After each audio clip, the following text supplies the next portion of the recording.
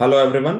Objective of this weekly research conference is to discuss the next week outlook as well as last week का जो preview था वो भी हम discuss करेंगे एज वेल एज ये हमारा एक स्पेशल टॉपिक भी रहेगा, इसके ऊपर हम हाईलाइट करेंगे।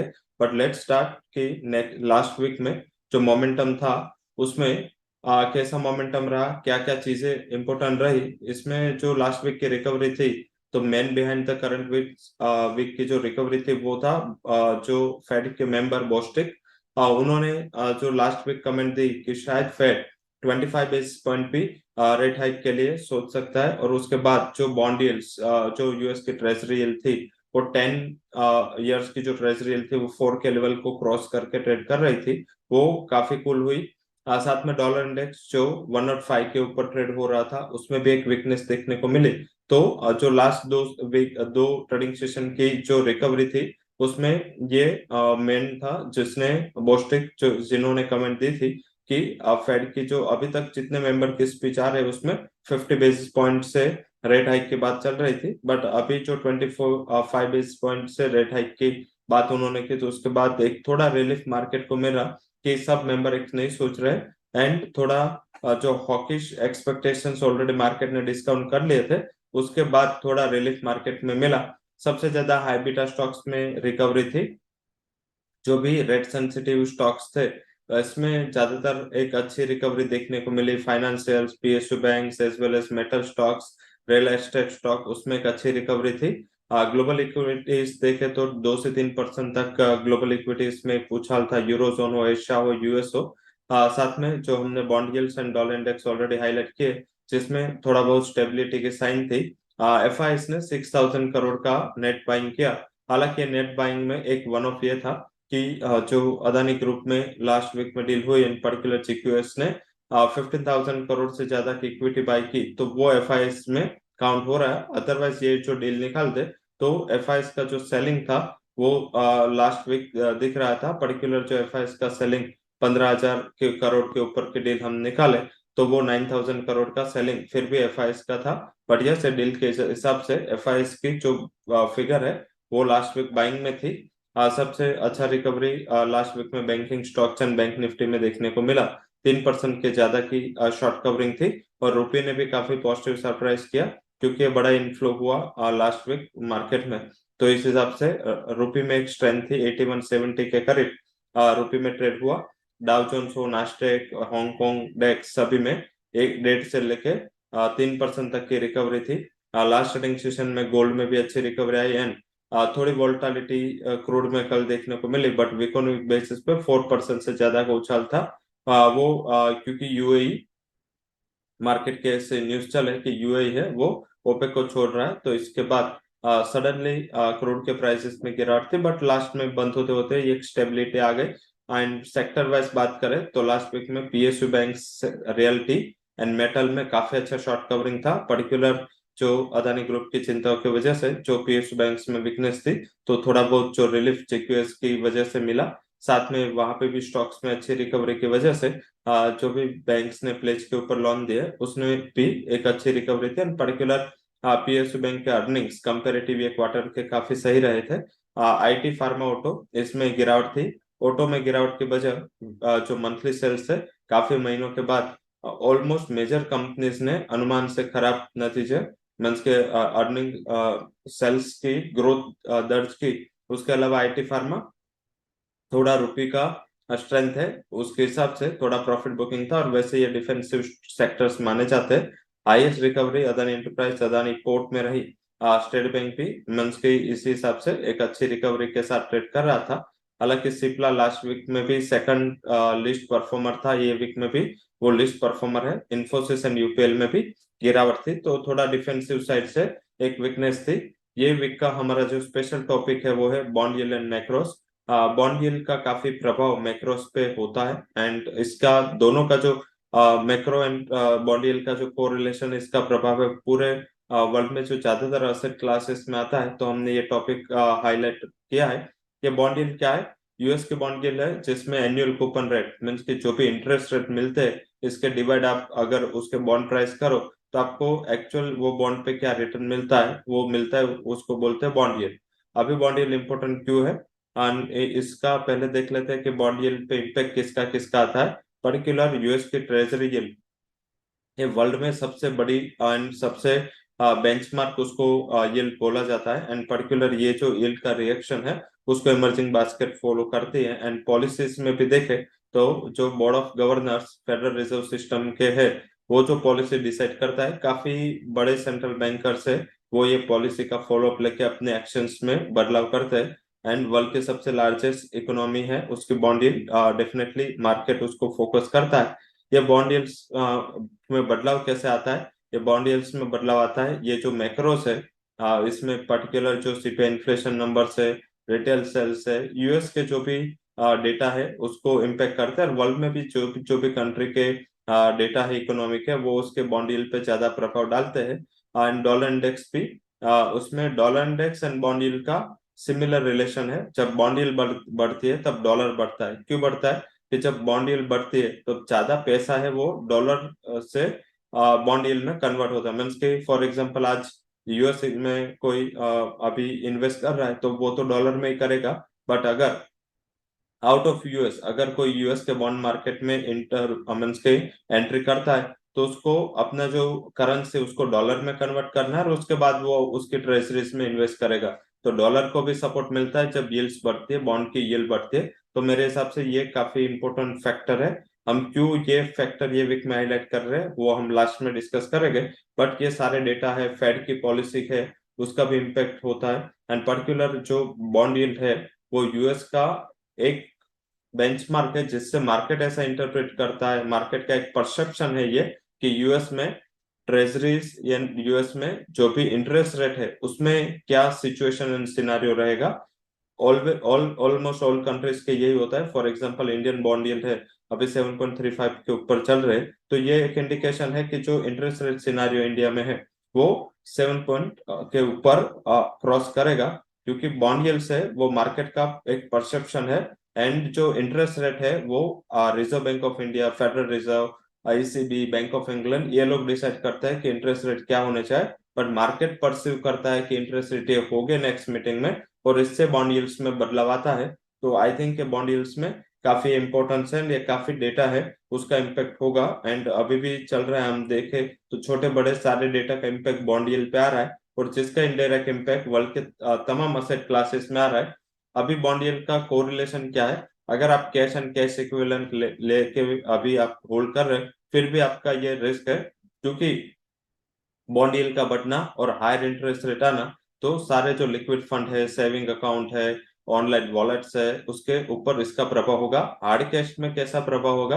क्योंकि अगर यील्ड बढ़ रहा है, अगर इंटरेस्ट रेट बढ़ रहा है, एंड अगर आपके पास कैश में आप बैठे हो तो आपके पास एक बड़ा अपॉर्चुनिटी लॉस है, तो ये हार्ड कैश के ऊपर भी ये प्रभाव डालता है। साथ में इक्विटीज, डेफिनेटली इसका इनवर्स कोरिलेशन है।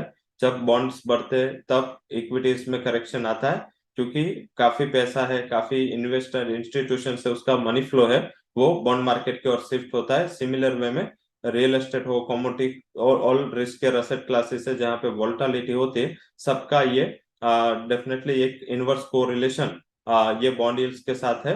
रियल एस्टेट के साथ कैसे है? क्योंकि रियल एस्टेट में इंटरेस्ट रेट काफी प्रभाव डालते हैं। जो लोग लोन लेके रियल एस्टेट में इन्वेस्ट करते या रियल एस्टेट परचेस करते या रियल एस्टेट डेवलपर है जो लोन लेके अपनी प्रॉपर्टी को डेवलप करते हैं, सब में इंटरेस्ट रेट का काफी प्रभाव होता है। और ये बॉन्ड यील्ड है एक इंटरेस्ट रेट का इंडिकेटिव फैक्टर है, तो इस हिसाब से रियल एस्टेट में भी उसका प्रभाव होता है। काफी कमोडिटीज के साथ भी इसका इनवर्स कोरिलेशन है। उसके अलावा जो कोरिलेशन है वो सारे फिक्स इनकम इंस्ट्रूमेंट के साथ भी है। जब बॉन्ड यील्ड बढ़ती है या इंटरेस्ट रेट का जो बेंचमार्क है उसमें कुछ बदलाव होता है, तो इसका डायरेक्ट इम्पैक्ट कंट्री की या वर्ल्ड की जो भी इकोनॉमी है, फिक्स इनकम इकोनॉमी है, उसके ऊपर होता है, जिसमें सब अपने इंटरेस्ट रेट हाइक करते या कट करते। तो आई थिंक सारे जो असेट क्लासेस है इसका बॉन्ड यील्ड के साथ सीधा कोरिलेशन है, किसी का इनवर्स कोरिलेशन है, बट कोरिलेशन डेफिनेटली है। वो सीधा हो या रिवर्स हो, आई थिंक ये काफी प्रभाव डालता है। ये bond yield versus US equities है, दोनों का इनवर्स कोरिलेशन है। जब भी बॉन्ड यील्ड ट्रेंडिंग अप रही है तब तब यूएस की इक्विटीज डाउन रही है, ये चार्ट में दिख रहा है। सिमिलर वे में इसमें मैंने गोल्ड, कॉपर और सिल्वर का कोरिलेशन हमने आइडेंटिफाई करने की ट्राई की है। इसका भी इनवर्स कोरिलेशन है। जब जब बॉन्ड यील्ड बढ़ती है, जो आपको बैकग्राउंड दिख रहा है वो बॉन्ड यील्ड है, और लाइंस दिख रही है वो gold, silver as well as copper के प्राइसेस का रिफ्लेक्शन है। तो आप देख सकते हैं चार्ट में इनवर्स कोरिलेशन है। सिमिलर वे में ये मैंने रुपी लिया है, ये रुपी का भी देखें तो इनवर्स कोरिलेशन है, मीन्स कि जब बॉन्ड यील्ड बढ़ती है तब डॉलर पे बढ़ता है, और उसका नेगेटिव प्रभाव है वो रुपी पे आता है। तो ये मैंने INR USD लेके इसको ट्राई किया था, तो सीधा आपको दिख सकता है इसमें उसका भी टोटल इनवर्स कोरिलेशन है। जब जब बॉन्ड यील्ड बढ़ते हैं तब रुपी डेप्रिशिएट होता है, जब जब बॉन्ड यील्ड गिरते हैं रुपया अप्रिशिएट होता है। तो ये सारे एसेट क्लासेस के साथ हमारा डील है। इंडिया में 3 asset class, equity, commodity, currency, तीनों हम देखते हैं, तो तीनों एसेट क्लास के साथ उसका कोरिलेशन रिवर्स है, इनवर्स है। तो ये बॉन्ड यील्ड हमने आज क्यों डिस्कस किया, ये स्लाइड से हमें पता चलेगा क्यों आज ये डिस्कस करना जरूरी था। क्योंकि अभी नेक्स्ट 15 दिन काफी इंपॉर्टेंट रहेंगे, जिसमें इकोनॉमिक एक्टिविटीज अपने चरम पे होगी, काफी इकोनॉमिक डेटा, काफी जो सेंट्रल बैंकर के हेड है उसकी स्पीच है वो लाइमलाइट में रहेगी। तो मेरे हिसाब से इसी से आपसे हमने बॉन्ड यील्ड का डिस्कशन किया। यूएस की बॉन्ड यील्ड अभी 3.96 के करीब 10 ईयर्स ट्रेजरी चल रही है। अगर ये 4 के ऊपर जाते हैं तो इक्विटीज हो या गोल्ड सिल्वर हो या मेटल्स हो, सब में उसका प्रभाव होगा। और वो metal and crude sensitive stocks है, इसमें भी उसका प्रभाव आएगा। रेट सेंसिटिव स्टॉक्स पे प्रभाव आएगा, करेंसी सेंसिटिव स्टॉक्स में प्रभाव आएगा। तो ऑलमोस्ट ये ऑल सेक्टर्स को कवर कर रहे हैं। तो इस हिसाब से हमने बॉन्ड यील्ड को डिस्कस किया था। अगले 15 दिन बॉन्ड यील्ड काफी इंपॉर्टेंट रहेगी। डेटा वाइज बात करें तो 7 तारीख 8 तारीख 2 दिन फेड चेयर की टेस्टिफाई है। ये टेस्टिफाई क्या होती है, जिसमें फेड चेयर है वो कांग्रेस के सामने अपना फेड का आउटलुक है या फेड का डिसीजन है या उसको जस्टिफाई भी करते हैं और उसको वो हाईलाइट करते हैं। तो ये काफी इंपॉर्टेंट होता है कि फेड चेयर क्या बोलते हैं। और उस क्योंकि ये जो फेड चेयर की स्पीच है वो यूएस की पॉलिसी फ्रेमिंग के लिए और सेनेट की पॉलिसी फ्रेमिंग के लिए, जो इकोनॉमिक पॉलिसी होती है वो फ्रेमिंग के लिए काफी अहम रोल प्ले करती है। तो इस हिसाब से ये दो स्पीच हाईलाइट में रहेगी। उसके अलावा 10 तारीख को बैंक ऑफ जापान की पॉलिसी है, ये काफी इंपॉर्टेंट है क्योंकि गवर्नर चेंज होने वाले हैं एंड इसके पहले की ये पॉलिसी है। तो आई थिंक ये पॉलिसी भी काफी इंपॉर्टेंट होगी। और मॉर्निंग में हमारे मार्केट ओपन होते ही ये पॉलिसी आती है। 14 तारीख को यूएस का सीपीआई इन्फ्लेशन है, 15 को यूएस का पीपीआई एंड रिटेल सेल्स है, 16 को ईसीबी पॉलिसी एंड 22 को फेडरल रिजर्व की मॉनेटरी पॉलिसी है। तो 7 तारीख से लेकर 22 तारीख, ये 15 दिन है, वो काफी इंपॉर्टेंट रहेंगे, काफी फोकस्ड रहेंगे। एंड हमें फोकस करना है क्योंकि इसमें वोलेटिलिटी बढ़ेगी। जब मल्टीपल इवेंट 1 से 2 वीक में होते हैं, वो 2 वीक काफी वोलेटाइल होते हैं। तो ये 2 वीक में जो भी डेटा आएंगे, छोटे या बड़े, सारे यूएस के डेटा का इम्पोर्टेंस रहेगा। तो ध्यान रखें। एंड हमने आपको ये लेफ्ट साइड में हमने हाईलाइट भी किया है कि क्या क्या डेटा है नेक्स्ट वीक में जिसके ऊपर आपको फोकस करना है। बट यस, इम्पोर्टेंट डेटा यही है, 7-8 वाली स्पीच। उसके अलावा चाइना के सीपीआई एनपीपीआई नंबर है, हालांकि इसका प्रभाव इतना ज्यादा अभी रिसेंट पास्ट में नहीं है ये डेटा का। अभी ज्यादा फोकस मार्केट का चाइना के मैन्युफैक्चरिंग एक्टिविटीज के ऊपर है। तो आई थिंक वो है। साथ में यूएस के ADP non farm payrolls and unemployment rate जो वेंसडे एंड फ्राइडे आने, पॉलिसी के पहले वाले ये डेटा है। एंड जो फेड अपनी पॉलिसी डिसीजंस में जो डेटा का अभी हाईलाइट करता है वो यूएस के सीपीआई इन्फ्लेशन डेटा, यूएस के non farm payrolls, as well as वो कोर पीसी प्राइस इंडेक्स, इसको ज्यादा फोकस करता है। और उसमें से एक डेटा नेक्स्ट वीक है और नेक्स्ट टू नेक्स्ट वीक दूसरे सीपीआई के डेटा है। तो आई थिंक ये काफी इंपॉर्टेंट डेटा है। साथ में 7 तारीख को अभी चेंज कुछ हुआ नहीं, 7 तारीख को अभी इंडिया का मार्केट हॉलीडे है। एंड 12 तारीख मीन्स के ये नेक्स्ट टू नेक्स्ट वीक से यूएस के मार्केट के टाइमिंग चेंज हो रहे हैं। जो 8 बजे यूएस के इक्विटीज खुलते हैं वो 7 बजे ओपन हो गए, और जो डेटा 7 बजे आते हैं वो अभी 6 बजे आएंगे। तो इसके ऊपर आपको फोकस रखना है, 1 घंटा थोड़ा अर्ली मार्केट ओपनिंग होगा। साथ में अब बात कर लेते हैं लास्ट, क्योंकि नेक्स्ट वीक क्या मार्केट रहेगा, क्या उम्मीद है। पीसीआर देखें तो निफ्टी बैंक निफ्टी दोनों का पुट कॉल रेशियो है, वीकली पुट कॉल रेशियो वो थोड़ा ओवरबॉट के करीब है।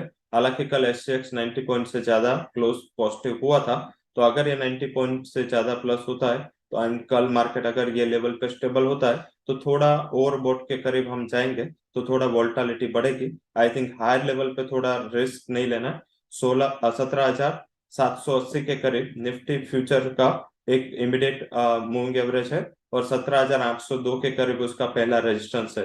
तो 17,800 का लेवल काफी इंपॉर्टेंट होगा, एंड ये लेवल अगर क्रॉस करके सस्टेन होता है then market will move forward toward next resistance, and psychological resistance भी 18,000 के करीब है। तो आई थिंक ये लेवल काफी ध्यान रखना है। 17,400 का काफी सपोर्ट होगा, बट उसके पहले 17,490 के करीब उसका पिवोट। तो 17,500 पे राइटिंग पे काफी अच्छी है, पुट राइटिंग। तो 17,500 का इमीडिएट सपोर्ट निफ्टी फ्यूचर को रहेगा। अगर मार्केट लग रहा है कि अभी जो डेटा में कोई परिवर्तन नहीं आया, तो 17,500 से लेके 17,800 के एक रेंज में मार्केट ट्रेड कर सकता है। टेक्निकल्स में बदलाव है। टेक्निकल्स में अगर देखें तो मार्केट ने अपना जो वीकली चार्ट पे निफ्टी सपोर्ट के करीब है। बैंक निफ्टी हालांकि फिर भी उसका रेजिस्टेंस नजदीक है ऊपर। निफ्टी बैंक का 41,850 का काफी रेजिस्टेंस नेक्स्ट वीक के लिए है। हालांकि उसमें पीसीआर ज्यादा ओवरबॉट है, 1.35 के करीब पीसीआर है। तो आई थिंक ध्यान रखें, हायर लेवल पे अगर मार्केट ओपन होता है ऑलरेडी, तो वहां पे थोड़ा मुनाफा वसूली के लिए हायर लेवल से तैयार रहना है, एंड थोड़ा स्टॉप लॉस से काम करें। बैंक निफ्टी में लास्ट ट्रेडिंग सेशन का मूवमेंट काफी बड़ा था, तो आई थिंक उसके पिवोट्स भी नीचे आ चुके हैं, मींस के उसमें वोलेटिलिटी बढ़ने की उम्मीद ज्यादा रखनी चाहिए। 40,940 का एक अहम सपोर्ट मार्केट में है। कुछ डिप आता है तो जब तक ये सपोर्ट ब्रेक नहीं होता 40,940 का, तब तक आपको बाय डिप्स की स्ट्रेटेजी रखनी है। हालांकि नियर अबाउट टू रेजिस्टेंस 41,800 41,850 के करीब आप एक बार मुनाफा वसूली के लिए भी सोच सकते हैं। आई थिंक मंडे मार्केट में डेटा इतना ज्यादा नहीं है, तो मंडे शायद इतना ज्यादा हर्डल ना हो। ट्यूसडे मार्केट बंद है अभी के टाइमिंग के मुताबिक, तो मंडे फिन निफ्टी की भी एक्सपायरी रहेगी, तो आई थिंक वो भी एक वोलेटिलिटी ट्रिगर रहेगी लास्ट ट्रेडिंग आवर में। एंड ट्यूसडे क्लोज है, तो इस हिसाब से भी लास्ट ट्रेडिंग आवर में इसका भी एक वोलेटिलिटी का फैक्टर आएगा। वेंसडे हम जब ओपन हो गए तब हमारे सामने फेड की एक स्पीच आ गई होगी, तो आई थिंक ये भी इम्पोर्टेंट है। तो आई थिंक आपको वेंसडे ओपनिंग में भी वोलेटिलिटी मिल सकती है, और Wednesday evening non farm ADP non farm है। उसके अलावा वेंसडे इवनिंग फेड की स्पीच भी है, तो आई थिंक उसका फ्राइडे थर्सडे प्रभा होगा और थर्सडे एक्सपायरी होगी निफ्टी बैंक निफ्टी की। तो आई थिंक पूरा थर्सडे तक इवेंटफुल होगा। फ्राइडे नॉन फॉर्म पेरोल के नंबर आने हैं, अनएम्प्लॉयमेंट रेट के यूएस के नंबर है, तो आई थिंक पूरा वीक इवेंटफुल रहेगा। जो भी आपका पोजीशन रहना चाहे, ज्यादातर अगर आप कॉल पुट ऑप्शन को समझते हैं तो डेरिवेटिव से मार्केट को ट्राई करें, अदरवाइज आप स्टॉप लॉस जरूर से लगाए। I think rate sensitive stock से अगर बॉन्ड यील्ड 5 के नीचे रही तो थोड़े फोकस में रह सकते हैं। सेक्टर वाइज मेटल में भी जिस हिसाब से बेस मेटल्स में अच्छा सपोर्टिव मोमेंटम देखने को मिल रहा है, जब तक मेटल्स में कोई बड़ा गिरावट ना आए तब तक मेटल स्टॉक्स थोड़ा फोकस में रह सकते हैं। उसके अलावा एनबीएफसीज काफी लाइमलाइट में है, एनबीएफसीज के ऊपर ध्यान रखें। कंस्ट्रक्शन स्टॉक्स है, वहां पे भी थोड़ा मूवमेंट है। जो कंपनी का मार्केट कैप 1,000 करोड़ का है उसको भी 700-500 करोड़ के ऑर्डर्स मिल रहे हैं, तो आई थिंक कंस्ट्रक्शन एक्टिविटीज के साथ जुड़ी कंपनियों के लिए मुझे लग रहा है कि आगे एक शॉर्ट कवरिंग का अच्छा ट्रिगर हो सकता है। थोड़ा लोअर लेवल पे अगर मिलता है तो मेरे हिसाब से आपको आईटी पे थोड़ा फोकस करना है। आईटी स्टॉक्स में लास्ट वीक के करेक्शन के बाद थोड़ा शॉर्ट कवरिंग की उम्मीद करनी चाहिए। तो आई थिंक ये पूरा सिनारियो था जो नेक्स्ट वीक में आपको ध्यान रखना है। So that's all from my side, and thank you to all for joining conference. Thank you to all.